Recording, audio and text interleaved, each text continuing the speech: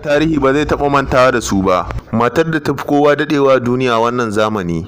Sunanta Jeanne Calment, 'yar ƙasar Faransa ce. Ita ce ta fi kowa daɗewa a wannan zamani. An haife ta ne a shekarar 1875. Ta rayu ne har tsawon shekara 122 da kwanaki 164, kuma ta mutu ne a shekarar 1997.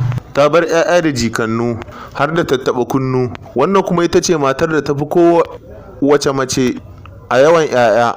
Sunanta Valentina Vasileva. Ta haifi 'ya'ya 69.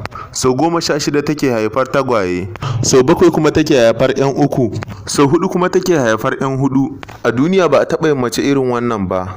Wannan kuma shine mutumin da ya fi kowa tsayi a duniya. Sunan shi Robert Wadlow. Shine mutumin da ba a taɓa yin mai tsayinsa ba a duniya. An haife shi ne a shekarar 1918. Yana da tsawon ƙafa 6 lokacin da yake shekara 6. Lokacin da ya mutu kuma a shekarar 1940 yana da tsayin ƙafa 8 da inci 11.